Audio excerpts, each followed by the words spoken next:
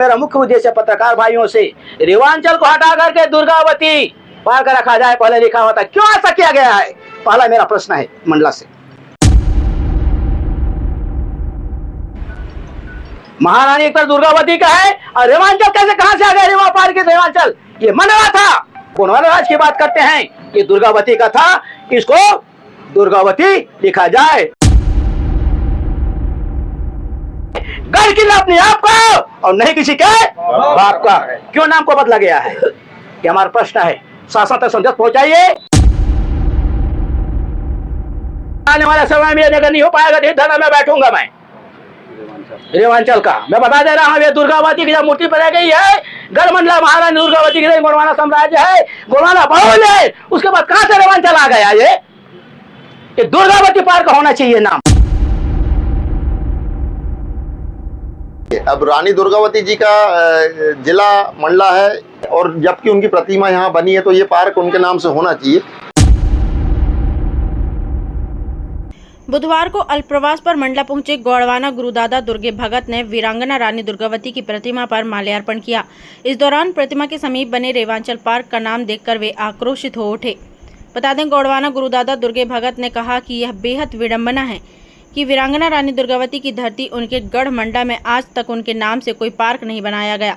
प्रतिमा के बाजू में बना पार्क भी रेवांचल पार्क कहलाता है, जो रानी दुर्गावती की शौर्य गाथा और उनके सम्मान के साथ न्याय नहीं करता। उन्होंने स्पष्ट कहा है कि इस पार्क का नाम बदलकर वीरांगना रानी दुर्गावती पार्क किया जाना चाहिए, ताकि आने वाली पीढ़ियां उनके बलिदान गाथा को याद रख सके और गर्व महसूस कर सके। इस दौरान मीडिया से चर्चा करते हुए गोंडवाना गुरुदादा ने कहा कि हम प्रकृति के उपासक हैं और आदिवासी समाज की समस्याओं को लेकर लगातार आवाज बुलंद कर रहे हैं। प्रदेश में आदिवासियों पर हो रहे अत्याचारों पर चिंता व्यक्त करते हुए उन्होंने जिला प्रशासन को आड़े हाथों लिया। मंडला से पूजा ज्योतिषी की रिपोर्ट। मंडला अब आने का कारण तो अब क्या कहें, अभी हम लोग छिंदवाड़ा जा रहे हैं आज भादो एकादशी कर्मगार महापूजन के लिए, और मंडला आने का एक ही बार नहीं, हमारा बार बार उद्देश्य रहेगा, क्योंकि 57 परगना 52 गढ़ जिनके राज्य थे, गोंडवाना राज्य था, इतिहास साक्षी है, जिन्होंने सोने के सिक्के चलाए, 750 साल का राज किया। अब आज वहाँ पर मेरा मुख्य उद्देश्य पत्रकार भाइयों से रेवांचल को हटा करके दुर्गावती पार कर रखा जाए, पहले लिखा हुआ था, क्यों ऐसा किया गया है? पहला मेरा प्रश्न है मंडला से। महारानी एक तरफ दुर्गावती का है और रेवांचल कैसे कहां से आ गया? रेवा पार के रेवांचल ये मंडला था। 17.5 साल तक राज सिंहासन गोंडवाना का राज्य, जिसे आप गोंडवाना राज की बात करते हैं, ये दुर्गावती का था, इसको दुर्गावती लिखा जाए। नहीं तो समझ रहे हैं आप, जिस तरह के छत्तीसगढ़ में हमने किया है बुरा तालाब का, हम शुरुआत करेंगे, शासन प्रशासन की जवाबदारी होगी, क्योंकि यह भूमि हमारी है, गढ़ किला अपने आप का और नहीं किसी के बाप का, क्यों नाम को बदला गया है? ये हमारा प्रश्न है, शासन तक संदेश पहुंचाइए। दुर्गे भगत गोंडवाना धर्म की बात करते हैं तो आ रहे हैं हमारे धर्म की रक्षा करने वाली माता, जिसे सभी समाज को सम्मान दिया, अधिकार दिया और सब सोने के सिक्के चलाए। आज सोने बीज की बात करते हैं। अरे ये हमारी धार्मिक यात्रा की, हमारा धार्मिक यात्रा इस तरीके से कि आज हम मंडला होते हुए 17 साल तक राज की हैं, माता का हम नमन करते हैं, उस गोंडवाना के महाराजाओं को, उन देवी देवताओं को नमन करते हुए अपनी संस्कृति, जो गोंडी धर्म की बात होती है, गोंडी धर्म का ये अर्थ होता है वह जिसमें जन कल्याण की भावना जीवित हो, प्रकृति के नियम के आधार पर आधारित हो, हमारा ये नेंग दस्तूर सभी क्रिया प्रक्रियाएं, इसी के लिए हम गोंडी धर्म को हम प्रकृति धर्म के नाम से जानते हैं। और हमारा मूल उद्देश्य है, मंडला जिला गोंड बाहुल्य जिला है, उसके बाद भी आज मध्य प्रदेश सरकार के द्वारा आदिवासियों पर अत्याचार क्यों नहीं रोका जा रहा है? पेशाब किया जाता है, पेशाब पिलाया जाता है। हम सरकार को संदेश देना चाहते हैं कि अत्याचार बंद करें आदिवासियों के प्रति में। ऐसा घृणित कार्य के लिए क्या दंड प्रावधान है अपराधोपी के लिए? अगर नहीं जानते तो संविधान की धारा अनुच्छेद 338 का अध्ययन कीजिएगा। और पहला अपराध इन्होंने किया है, घृणित कार्य को उनको पिलाया है, उसके लिए अपराधी को क्या दंड मिला है हमने जान, मात अंदर कर लेने से नहीं, कितने दिन का सजा का प्रावधान है हम जानना चाहते हैं। सजा का भी प्रावधान है, मैं नहीं बताना चाहता कितने दिन पढ़े वो, क्या तो सीधी धारा के अंदर कितने दिन को अंदर किया गया? ठीक है, हमारे धार्मिक यात्रा हम जानते हैं, क्योंकि आज के में धार्मिक यात्रा इसलिए कि आज आने वाले समय में हमारी जनगणना होने वाली है, मुख्य उद्देश्य है, और जनगणना होने वाली है और सुप्रीम कोर्ट कहती है कि यह सच है कि गौड़ हिंदू नहीं है, ठीक है। भू राजस्व संहिता की धारा 164-65 में इस पर लिखा हुआ है उसमें कि अगर वह जाति का गौड़ है तो उसके ऊपर हिंदू नियम लागू नहीं होता। बात सही है। तो हमारे ऊपर में ये जब नियम लागू नहीं होता, हमारी रीति परंपरा अलग है, तो हम कौन से धर्म को लेकर 7वां कोड हमको प्रदान नहीं किया जा रहा है, तो हम कौन सा धर्म लेके हम सरकार को पूछना चाहते हैं। हम तो कोर्ट में जाएंगे, आयोग जब शुरू करेगा जनगणना का, तो देखता हूँ जाऊंगा ही, जब जनगणना शुरू होगी जातिगत जनगणना धर्म को कोड काला में सुप्रीम कोर्ट में जाऊंगा लेकर के कि आपने क्या कहा है। एक तरफ हमको आप आदिवासी सच्चे के गौड़ हिंदू नहीं है कहते हो, अब अच्छा धर्म को मान्यता है, तो हम किस धर्म में जाएं। इसलिए हमारी मांग है कि हमको 7वां कोड कम से कम प्रदान किया जाए, जिससे हमारे आदिवासी भाई अपने अपने धर्म को, रीति परंपरा को सके। दिल लड़ते हैं तो अपने घर में जाकर देखें, उनकी नहीं तो शुरू सुना है क्या। हमारे विधायक सांसद जो भी हैं, आज संपत्तिया विके जी, जिन्होंने कौन सा थाना है बेटा, सगुनिया थाना में उन्होंने जब धर्म को मानती हैं, जानती है, तभी तो उस थाने में गई और उन्होंने हमको आदान प्रदान किया है।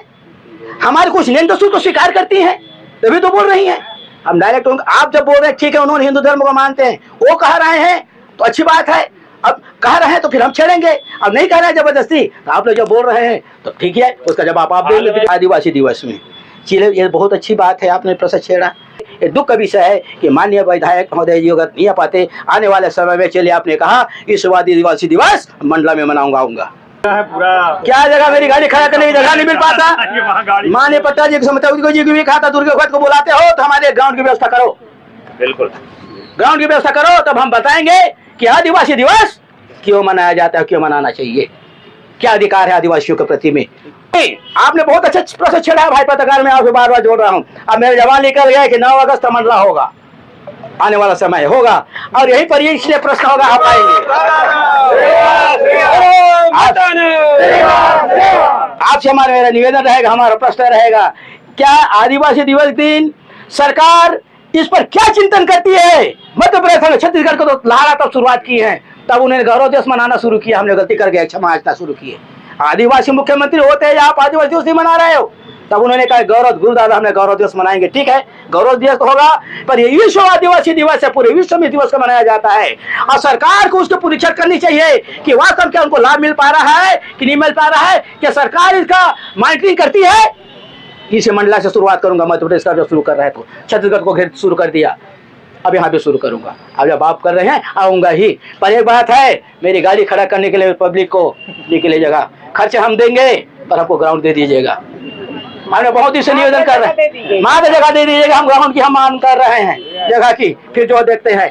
तो भादो उजियारी पक्ष एकादशी के खास अवसर पर धर्मगुरु दुर्गे भगत जी, जिनका कि निवास स्थान छत्तीसगढ़ है, वह हर वर्ष उस कार्यक्रम का नेतृत्व करने के लिए छिंदवाड़ा उनका आगमन होता है, जिसके चलते मंडला ज़िले से होते हुए वो जाते हैं और अपने भक्तगण और सभी सामाजिक बंधुओं से मिलते मिलाते, सबसे हालचाल खैर खबर लेते, और समाज के मुखिया होने के नाते मीडिया के माध्यम से वो एक संदेश देने का उनका प्रयास रहता है।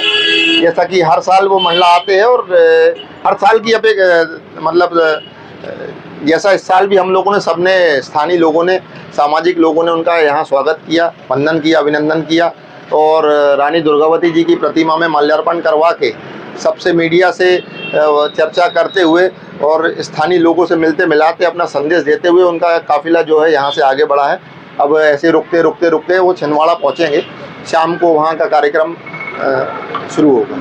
जी, अभी जैसा कि गुरुजी ने सबके सामने कहा कि आगामी 9 अगस्त को उनकी उपस्थिति मंडला में रहेगी। अगर उन्होंने कहा तो स्वाभाविक सी बात है, स्थानीय जनप्रतिनिधियों और प्रशासन के लिए एक बड़ी कड़ी चुनौती है, क्योंकि अगर उनका काफिला आएगा तो स्वाभाविक सी बात है कि हमको व्यवस्था वैसी बना के देना पड़ेगा। यहाँ उन्होंने अभी पार्किंग की वैसे को भी रखा कि पार्किंग की अगर गाड़ी वो आएंगे तो स्वाभाविक सी बात है, कार्यकर्ता आएंगे, सामाजिक बंधु आएंगे, एक काफिला रहेगा, काफ़ी गाड़ियों की संख्या रहेगी, वो व्यवस्थाएं भी प्रशासन के लिए एक बड़ी चुनौती रहेगी और सामाजिक व्यक्तियों के लिए भी एक बड़ी चुनौती रहेगी। हालांकि मिलजुल के सबके सहयोग से अगर कार्यक्रम को हम लोग सफल बनाना चाहें तो सफल बना सकते हैं। देखिए, अब रानी दुर्गावती जी का जिला मंडला है, ये हमारे को मतलब कोई अछूती बात नहीं है। अगर प्रतिमा रानी दुर्गावती जी की है तो सीधी सी बात है, आज गौंड साम्राज्य की महारानी उनके नाम से एक पार्क नहीं है, तो ये, और जबकि उनकी प्रतिमा यहाँ बनी है तो ये पार्क उनके नाम से होना चाहिए, इसमें विचार करना चाहिए।